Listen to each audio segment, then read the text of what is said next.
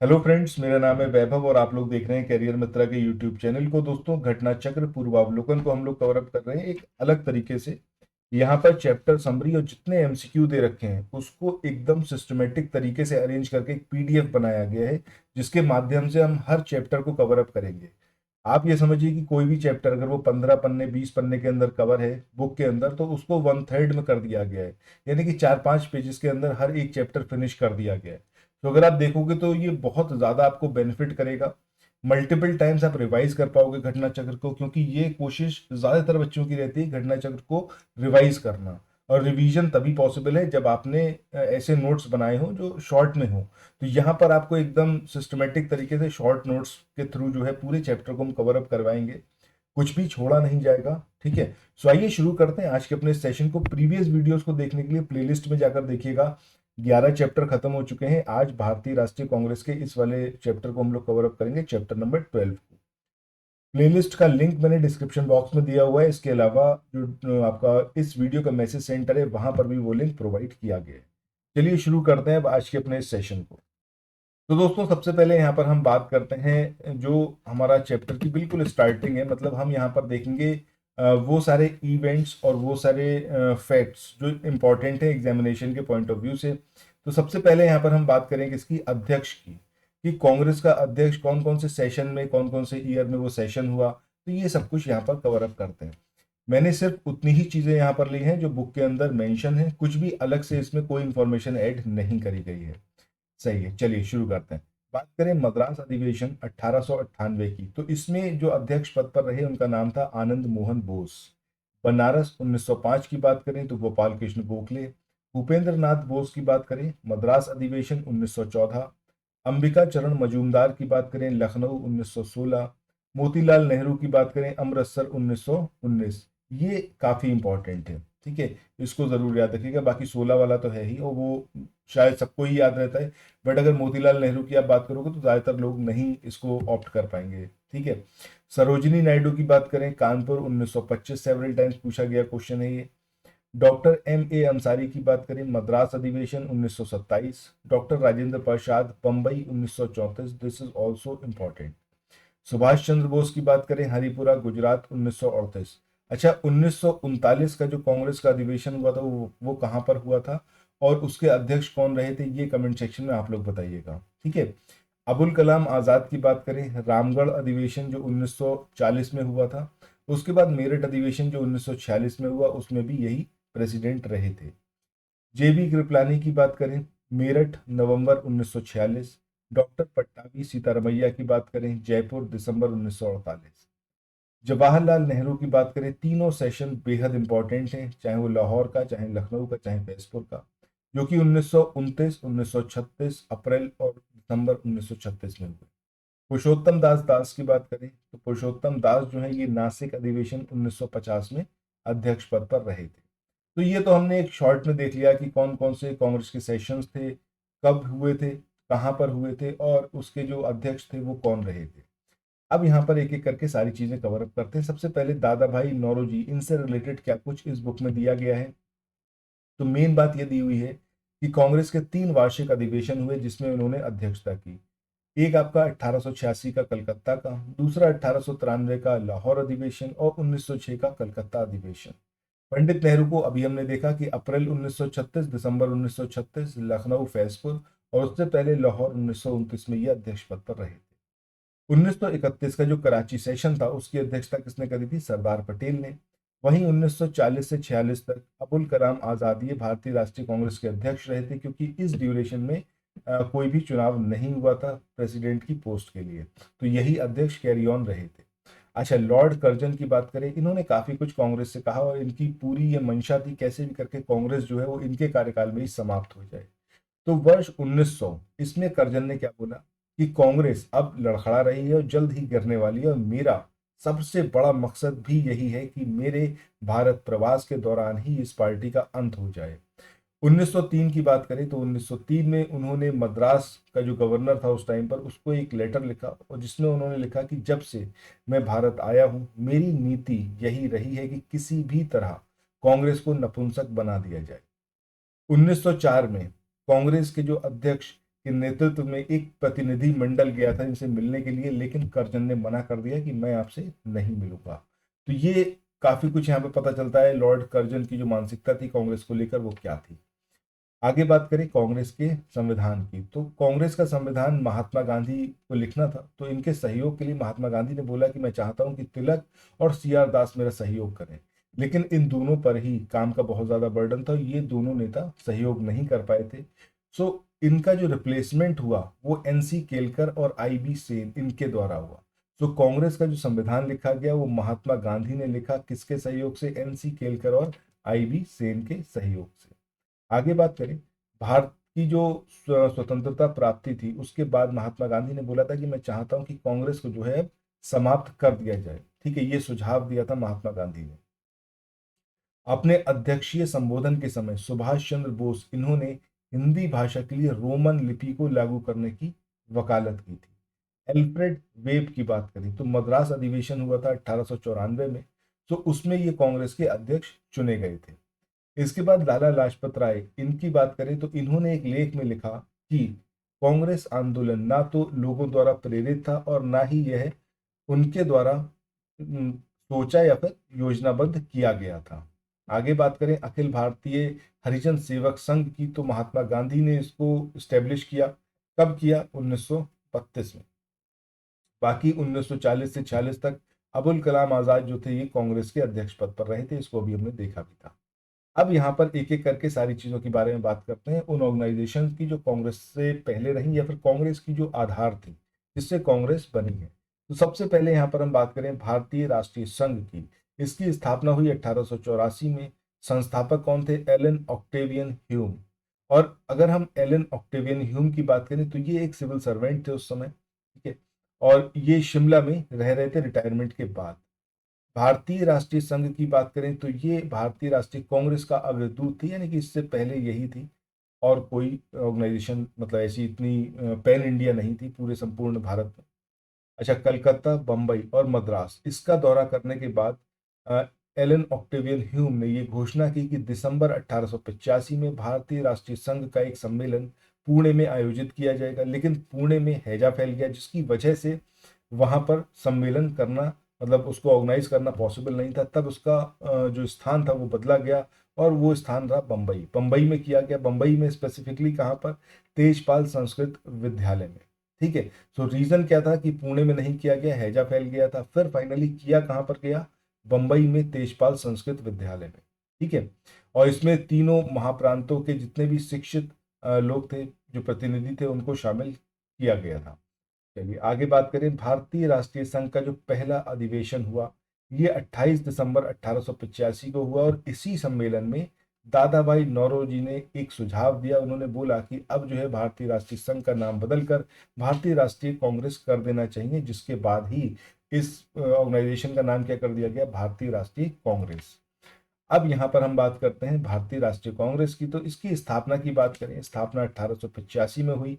संस्थापक किसको कहा जाता है या किसने इसको संस्थापित किया? ए ओ ह्यूम ने। भारतीय राष्ट्रीय कांग्रेस की स्थापना 1885 के समय जो भारत का वॉइसरॉय था वो कौन था? आपका लॉर्ड डफरिन। इनका जो टेन्योर रहा ये 1884 से लेके 1888 तक था। लॉर्ड डफरिन ने कांग्रेस को सूक्ष्मदर्शी अल्पसंख्यकों की संस्था कहा था। अच्छा, एक चीज यहाँ पर बताऊं कि अगर आप लोगों को ये पीडीएफ चाहिए तो इसके लिए आपको मात्र 99 रुपए का पेमेंट करना रहेगा, जिसमें आपको पूरी इंडियन हिस्ट्री की समरी मिलेगी जैसा आप देख रहे हो इसी फॉर्म में। ठीक है, और इसके लिए आपको सिंपली 9027281376 इस नंबर पर व्हाट्सएप मैसेज करना है या फिर टेलीग्राम, या फिर आप 6395649901 इस नंबर पर भी आप व्हाट्सएप या फिर टेलीग्राम पर जो मैसेज है वो आप कर सकते हैं। ठीक है, चलिए तो यहाँ पर लॉर्ड डफरिन की हमने बात करी कि इन्होंने कांग्रेस को क्या बोला कि ये सूक्ष्मदर्शी अल्पसंख्यकों की संस्था है। पहले अधिवेशन की बात करें कि पहला अधिवेशन कब हुआ, तो पहला अधिवेशन इसका कब हुआ? 28 दिसंबर 1885 में। कहाँ पर? गोकुलदास तेजपाल संस्कृत विद्यालय बम्बई। टोटल रिप्रेजेंटेटिव कितने आए इसके अंदर? 72। अगर मुस्लिम रिप्रेजेंटेटिव्स की बात करें तो दो लोग थे जिन्होंने मुस्लिम वर्ग को यहाँ पर रिप्रेजेंट करा। इसके अध्यक्ष की बात करें व्योमेश चंद्र बनर्जी या फिर WC बनर्जी रहे।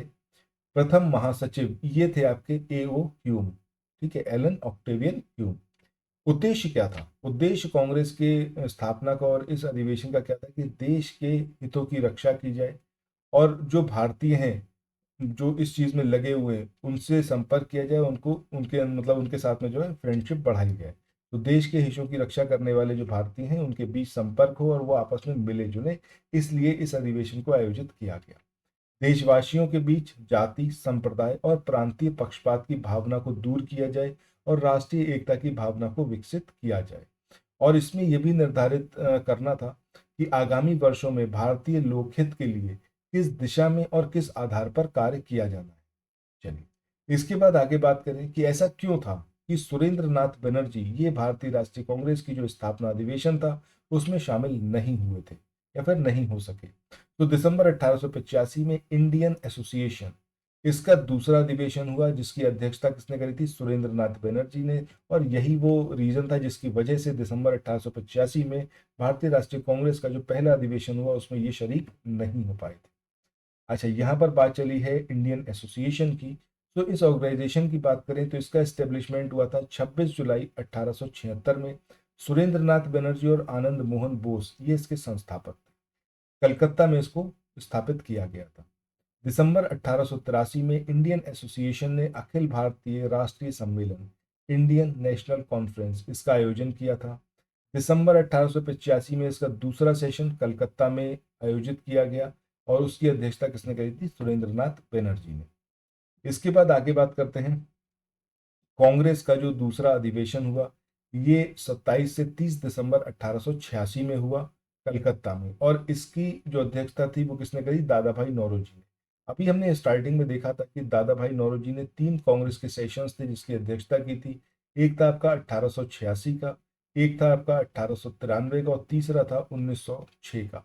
सो इन तीनों सेशंस में ये जो थे कांग्रेस के क्या रहे थे? अध्यक्ष रहे थे उन सेशंस के। सो ये पहला वाला जो था आपका कलकत्ता में हुआ और ये 1906 वाला भी कलकत्ता में हुआ। और 1993 की बात करें तो ये आपका दूसरी जगह हुआ था। ठीक है, चलिए आगे बात करते हैं इसमें। अच्छा, इस सेशन की बात करें तो इसमें टोटल जो रजिस्टर्ड रिप्रेजेंटेटिव थे वो कितने थे? 436। और मुस्लिम प्रतिनिधि जहां पहले सेशन में मात्र 2 थे, यहां पर बढ़कर 33 हो गए थे। इसके बाद नेक्स्ट यहाँ पर बात करें ब्रिटिश कमेटी ऑफ इंडिया की, तो जुलाई 1889 इसमें इसको स्थापित किया गया था लंदन में विलियम डिग्बी के द्वारा। और यहाँ पर ये जो था मतलब इसका एक पर्पस क्या था कि इस कमेटी को जो था वो स्टेब्लिश किया गया ताकि कांग्रेस के लिए समर्थन जो है वो प्राप्त किया जा पाए। और ये इंडियन नेशनल कांग्रेस की एक समिति थी। अच्छा, यहाँ पर इंडिया इस नाम से एक यहाँ पर पत्रिका निकाली गई, साप्ताहिक पत्रिका कहें, साप्ताहिक पत्र निकाला गया। ठीक है, ब्रिटिश कमेटी ऑफ इंडिया समिति की ये साप्ताहिक पत्र था। और इसको निकालने का उद्देश्य क्या था कि जो भारतीय मामले हैं, जो इंडियन मैटर्स हैं, उससे अंग्रेज जो है वो अवगत हो पाए।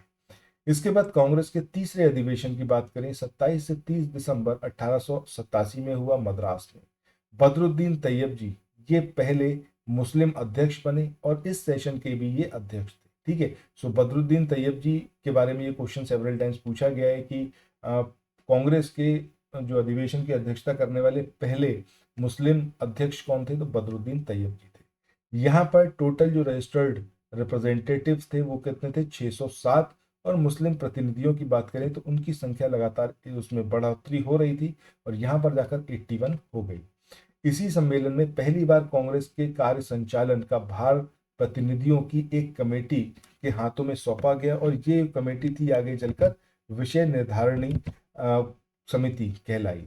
सो थर्ड ये सेशन था कांग्रेस का जिसके अंदर विषय निर्धारणी समिति या फिर जो पहले सिर्फ एक कार्य संचालन समिति के रूप में काम करती थी, आगे इसी को विषय निर्धारणी समिति के नाम से जाना जाने लगा। इसके बाद भारतीय राष्ट्रीय कांग्रेस के चौथे अधिवेशन की बात करें, ये 1888 में हुआ कल इलाहाबाद में। और जॉर्ज यूले जो कि पहले निर्वाचित यूरोपीय थे वो इसके अध्यक्ष बने। इसके बाद कांग्रेस के नागपुर अधिवेशन 1920 की बात करते हैं। इसके अध्यक्ष रहे आपके सी विजय राघव चेरियार। और इस अधिवेशन में ही सदस्यता शुल्क जो थी उसको 4 आना किया गया ताकि गरीब से गरीब व्यक्ति भी कांग्रेस से जुड़ सके। इस अधिवेशन में कांग्रेस ने रियासतों के प्रति अपनी नीति की घोषणा करते हुए उनके शासकों से यह मांग की कि वो जो है वो प्रजा को पूर्ण उत्तरदायी सरकार प्रदान करें। और इसी अधिवेशन में भाषाई आधार पर प्रांतीय कांग्रेस समितियों के गठन को मंजूरी दी गई। लेकिन स्वतंत्रता के बाद 1948 में भाषा के आधार पर जो प्रांतों का पुनर्गठन था उसकी मांग को कांग्रेस ने ठुकराया था, जबकि पहले कांग्रेस ने इस बात पर एक तरीके से सहमति ही व्यक्त की थी जब उसने अपनी प्रांतीय समितियां थी उनके गठन को मंजूरी दी भाषा के आधार पर। चलिए, इसके बाद कलकत्ता का एक विशेष सेशन हुआ 1920 में। इसमें अध्यक्ष रहे आपके लाला लाजपत राय, जिनको शेरे पंजाब या फिर पंजाब का सिंह भी बोला जाता है। कलकत्ता में ये सेशन आयोजित हुआ और इसमें असहयोग का जो प्रस्ताव था उसको स्वीकार किया गया। और यहाँ पर अगर हम बात करें लाला लाजपत राय की, तो इन्होंने एक बुक लिखी थी, उसका नाम था अनहैप्पी इंडिया। इसके बाद नेक्स्ट बात करते हैं भारतीय राष्ट्रीय कांग्रेस का 1917 का जो वार्षिक अधिवेशन हुआ कलकत्ता में। इसमें अध्यक्ष रही कौन? एनी बेसेंट, और ये पहली महिला अध्यक्ष बनी कांग्रेस की। एनी बेसेंट ये एंग्लो आयरलैंड से आती थी, मतलब ये इंडियन नहीं थी, ये एंग्लो आयरलैंड की निवासी थी। और ये 1907 से 1933 तक थियोसोफिकल सोसाइटी की चीफ रही थी। 1916 में होम रूल लीग का गठन भी इन्होंने अपना किया था। इसके बाद भारतीय राष्ट्रीय कांग्रेस के 27वें अधिवेशन की बात करें, दिसंबर 1912 में बांकीपुर बिहार में ही हुआ और इसके अध्यक्ष रहे RN मुधोलकर। इस अधिवेशन में A.O. ह्यूम को कांग्रेस का पिता ये कहा गया था। तो कब कहा गया था? 27वें अधिवेशन में, जो कि 1912 में बांकीपुर बिहार में हुआ था। इसके बाद भारतीय राष्ट्रीय कांग्रेस का जो 1916 का लखनऊ अधिवेशन था, तो इसकी अध्यक्षता किसने करी थी? अंबिका चरण मजूमदार ने। और इस अधिवेशन में कांग्रेस और मुस्लिम लीग के बीच एक समझौता हुआ जिसको हम लखनऊ पैक्ट के नाम से जानते हैं। और इसी अधिवेशन में जो उग्रपंथी थे, जिन्हें 1907 में कांग्रेस से निकाल दिया गया था, वापस जो है कांग्रेस में शामिल कर लिया गया। और इसी अधिवेशन में बाल गंगाधर तिलक ने बोला था कि स्वराज जो है वो मेरा जन्म सिद्ध अधिकार है और मैं इसे लेकर रहूंगा। इसके बाद भारतीय राष्ट्रीय कांग्रेस का जो 30वां अधिवेशन हुआ 1915 में बंबई में। इसमें लॉर्ड विलिंगटन इन्होंने भाग लिया था, जो बाद में जाकर वायसराय बने थे 1931 से 1930 तक। और वो इस दौरान बंबई के गवर्नर थे जब इन्होंने इसमें पार्टिसिपेट किया था। भारतीय राष्ट्रीय कांग्रेस का वर्ष 1922 के अधिवेशन की बात करें तो C.R. दास इसके अध्यक्ष रहे थे। C.R. दास को 1921 का जो अहमदाबाद अधिवेशन था उसमें नामित किया गया था, नॉमिनेट किया गया था, लेकिन वो जेल में उस समय थे, इस वजह से वो जो थे अध्यक्षता का जो कार्यभार था वो नहीं संभाल सकते थे। तब उनका रिप्लेसमेंट हकीम अजमल खां के द्वारा किया गया। हकीम अजमल खान ने जो था इस अधिवेशन की अध्यक्षता की थी। और दास जो थे वो जेल से कांग्रेस अध्यक्ष के रूप में कार्य कर रहे थे। वर्ष 1922 में जब ये जेल से छूट गए, उसके बाद C.R. दास ये जो थे इनको गया अधिवेशन में कांग्रेस का निर्वाचित अध्यक्ष जो था वो घोषित किया गया। असहयोग आंदोलन इसकी समाप्ति के बाद देशबंधु, यानी कि हम C.R. दास की बात कर रहे हैं जिनको देशबंधु के नाम से भी जाना जाता है, देशबंधु ने सभा प्रवेश कार्यक्रम के जरिए जैसे कि सभाओं के भीतर से असहयोग भारतीय राजनीति को नया आयाम देने की इन्होंने कोशिश की, यानी कि सभा के अंदर रहते हुए ही असहयोग करना, ये पॉलिसी इन्होंने अपनाना स्टार्ट की। लेकिन अगर हम बात करें राजगोपालाचारी की, वल्लभ भाई पटेल की, डॉक्टर राजेंद्र प्रसाद की, NG रंगा की, अयंगर की, ये सारे वो नेता थे जो कि परिषद में प्रवेश की नीति का विरोध कर रहे थे। इनका मतलब ये था कि आप जो है परिषद में शामिल होकर वहां पर असहयोग करोगे, इससे बेटर ये है कि आप उसके अंदर शामिल ही ना हो। और यही एक डिस्प्यूट बना। ठीक है, अब इस अधिवेशन में काउंसिल में प्रवेश न करने का प्रस्ताव पारित हुआ और इसी की वजह से C.R. दास ने जो था वो त्यागपत्र दे दिया था और उसके बाद जो है उन्होंने एक अलग पार्टी, स्वराज पार्टी, उसको स्थापित किया। इसके बाद यहाँ पर हम बात करें भारतीय राष्ट्रीय कांग्रेस का जो बेलगांव अधिवेशन हुआ, ये 1924 में हुआ। अध्यक्षता करी महात्मा गांधी ने। और महात्मा गांधी ने सिर्फ इसी सेशन में कांग्रेस की अध्यक्षता की थी, इसके बाद किसी भी और सेशन में महात्मा गांधी अध्यक्ष पद पर नहीं रहे। इसके बाद भारतीय राष्ट्रीय कांग्रेस के 40वें अधिवेशन की बात करें 1925 में हुआ और इसकी अध्यक्षता करी सरोजिनी नायडू ने। और ये पहली हिंदुस्तानी महिला बनी जिन्होंने कांग्रेस के किसी सेशन की अध्यक्षता की। इसका आयोजन कानपुर में हुआ था। अगर हम बात करें सरोजिनी नायडू की, तो ये प्रख्यात कवयित्री थी और राष्ट्रवादी नेता थी। अच्छा, कमेंट सेक्शन में बताइएगा कि सरोजिनी नायडू, इनकी जो रचनाएं थी वो कौन कौन सी थी। काफी इंपॉर्टेंट है और पूछा गया है सेवरल टाइम्स एग्जामिनेशन में। देखते हैं आपको कितना पता है अभी। वर्ष 1947 से 49 की बात करें, तब ये उत्तर प्रदेश में राज्यपाल भी रही थी। इसके बाद कांग्रेस के लखनऊ अधिवेशन 1936 की बात करें, पंडित नेहरू इसके अध्यक्ष थे। इसमें पंडित नेहरू ने समाजवाद को भारत की समस्याओं को हल करने की कुंजी बताया था। उन्होंने कहा था कि मैं समाजवाद के अलावा ऐसा कोई दूसरा रास्ता नहीं देखता जो भारत के लोगों की गरीबी, बेकारी और गुलामी से मुक्ति दिला सके। इसके बाद कांग्रेस के 51वें अधिवेशन की बात करें, ये हुआ आपका 19 से 21 फरवरी 1938 में हरिपुरा गुजरात में। सुभाष चंद्र बोस इसके अध्यक्ष चुने गए। इस अधिवेशन में राष्ट्रीय नियोजन समिति का गठन हुआ। ये स्पेसिफिकली पूछा गया है कि कांग्रेस के किस अधिवेशन में राष्ट्रीय नियोजन समिति का गठन किया गया था। तो आपको याद रखना है, 51वां अधिवेशन था, 1938 में हुआ था और सुभाष चंद्र बोस इसके अध्यक्ष थे, हरिपुरा गुजरात में। अब यहाँ पर पंडित नेहरू को इस समिति का, राष्ट्रीय नियोजन समिति का अध्यक्ष बनाया गया था। इसके बाद नेक्स्ट बात करते हैं, भारतीय राष्ट्रीय कांग्रेस का जो 54वां अधिवेशन हुआ था, 54th, जेबी कृपलानी इसके अध्यक्ष थे। नवंबर 1946 में ये हुआ मेरठ, और ये देश की आजादी के समय भी अध्यक्ष रहे थे जेबी कृपलानी। इसके बाद भारतीय राष्ट्रीय कांग्रेस का जो 55वां अधिवेशन हुआ दिसंबर 1948 में, इसकी बात करें तो ये जयपुर में हुआ और डॉक्टर पट्टाभी सीतारमैया इसके अध्यक्ष थे। आगे बात करते हैं जनगण मन की, तो इसकी रचना किसने करी? रविंद्रनाथ टैगोर ने। मूल भाषा बांग्ला, मतलब बांग्ला में पहले करी थी। और ये सबसे पहले 27 दिसंबर 1911 को भारतीय राष्ट्रीय कांग्रेस का जो कलकत्ता अधिवेशन था उसमें जनगण मन को गाया गया था। इसके हिंदी संस्करण को संविधान सभा ने भारत के राष्ट्रगान के रूप में 24 जनवरी 1950 को अपनाया था। इसके बाद आगे बात करते हैं बाल गंगाधर तिलक। इन्होंने अंतिम रूप से भारतीय राष्ट्रीय कांग्रेस के अमृतसर अधिवेशन 1919 में भाग लिया था। उसके बाद 1920 में इनकी डेथ हो गई थी। इसके बाद नेक्स्ट यहाँ पर बात करते हैं संयुक्त भारतीय राजभक्त सभा की।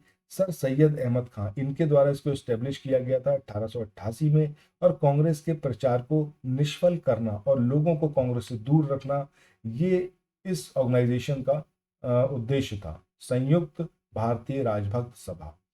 अब यहाँ पर बात चली है सर सैयद अहमद खान की, तो इनके बारे में भी कुछ जानते हैं। 1857 के विद्रोह के समय वह कंपनी की न्यायिक सेवा में थे, यानी कि जिस टाइम पर 1857 का रिवोल्ट हुआ था उस टाइम पर ये ईस्ट इंडिया कंपनी में एज अ मतलब जस्टिस, न्यायिक सेवा में थे, मतलब जुडिशियल सर्विसेज में थे ये। और ये कंपनी के प्रति पूरी तरीके से राजभक्त थे, यानी कि इनका मानना ये था कि ईस्ट इंडिया कंपनी जो उस समय कर रही है वो सही है और उसी से आगे जाकर इंडिया का उद्धार होगा। डब्ल्यू डब्ल्यू हंटर, इन्होंने अपनी एक बुक लिखी जिसमें, इसका नाम था इंडियन मुसलमान। इसमें इन्होंने गवर्नमेंट को ये एडवाइस दी कि आप मुसलमानों से समझौता कर उन्हें कुछ रियासतें दे दो और अपनी ओर मिला लो। और इसी सुझाव पर आगे काम करते हुए ब्रिटिश सरकार ने भारतीय राष्ट्रीय कांग्रेस के विरुद्ध सर सैयद अहमद खां को तैयार किया था। एक टाइम ऐसा था जब सर सैयद अहमद खां ये हिंदू मुसलमान एकता के हिमायती रहे थे, और बाद में जो था वो जब सब कुछ बदलने लगा, मतलब ईस्ट इंडिया कंपनी, अगर हम कहें तो ब्रिटिश गवर्नमेंट, उसने जो था इनको अपने फेवर में लिया। उसके बाद ये कांग्रेस के सबसे बड़े दुश्मन बन गए। अंग्रेजों के प्रति निष्ठा व्यक्त करने के लिए उन्होंने राजभक्त मुसलमान इस मैगजीन का प्रकाशन आरंभ किया और बनारस के जो राजा शिव प्रताप थे उनका सहयोग भी इसके अंदर लिया। ठीक है, और उनके सहयोग से एक देशभक्त एसोसिएशन इसको भी स्टेब्लिश किया। उन्होंने अपने विचारों का प्रचार तहजीब उल अखलाक इस मैगजीन के द्वारा किया। 1875 अलीगढ़ में उन्होंने एक मुस्लिम एंग्लो ओरिएंटल कॉलेज की स्थापना की, जहां पाश्चात्य विषय यानी कि जो वेस्टर्न सब्जेक्ट्स हैं, विज्ञान था और दूसरे जो मतलब मुस्लिम धर्मशास्त्र थे, उन दोनों को ही वहां पर पढ़ाया जाता था। सर सैयद अहमद द्वारा कौन कौन सी मैगजीन शुरू की गई, ये यहाँ पर देख लेते हैं। तो राजभक्त मुसलमान, ये एक मैगजीन थी, इसको स्टेब्लिश किया। देशभक्त एसोसिएशन नाम की संस्था को इन्होंने स्टेब्लिश किया। तहजीब उल अखलाक इस मैगजीन को इन्होंने स्टेब्लिश किया।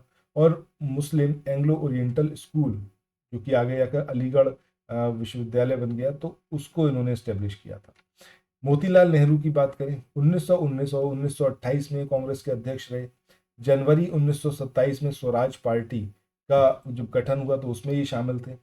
इसके बाद बाल गंगाधर तिलक की बात करें तो ये महाराष्ट्र के चित्त पावन ब्राह्मण थे। केसरी और मराठा, ये दो पत्र थे जिनका इन्होंने संपादन किया था। और स्वराज मेरा जन्मसिद्ध अधिकार है, ये इन्होंने नारा दिया था। कभी ये कांग्रेस के अध्यक्ष रहे, मतलब कभी भी ये कांग्रेस के अध्यक्ष नहीं रहे थे, ठीक है, अध्यक्ष नहीं रहे, ये यहाँ पर थोड़ा सा मिसिंग है। तो मौलाना अबुल कलाम आज़ाद, ये 1888 से लेके 1958 तक इनका पूरा अगर लाइफ स्पैन देखें। सो 1923 में ये दिल्ली में जो कांग्रेस का विशेष सत्र आयोजित हुआ था तो उसमें ये अध्यक्ष रहे थे, ठीक है, 1923 के विशेष सत्र में। इसके बाद ये जो थे भारतीय राष्ट्रीय कांग्रेस के अध्यक्ष बनने वाले सबसे कम उम्र के व्यक्ति बने इसी में, जब ये इसी सेशन में अध्यक्ष बने थे। 1946 40 से 46 तक कांग्रेस के अध्यक्ष पद पर लगातार 6 वर्षों तक ये रहे। इसके अलावा आज़ादी के पूर्व ये सबसे लंबा इनका कार्यकाल था, ठीक है।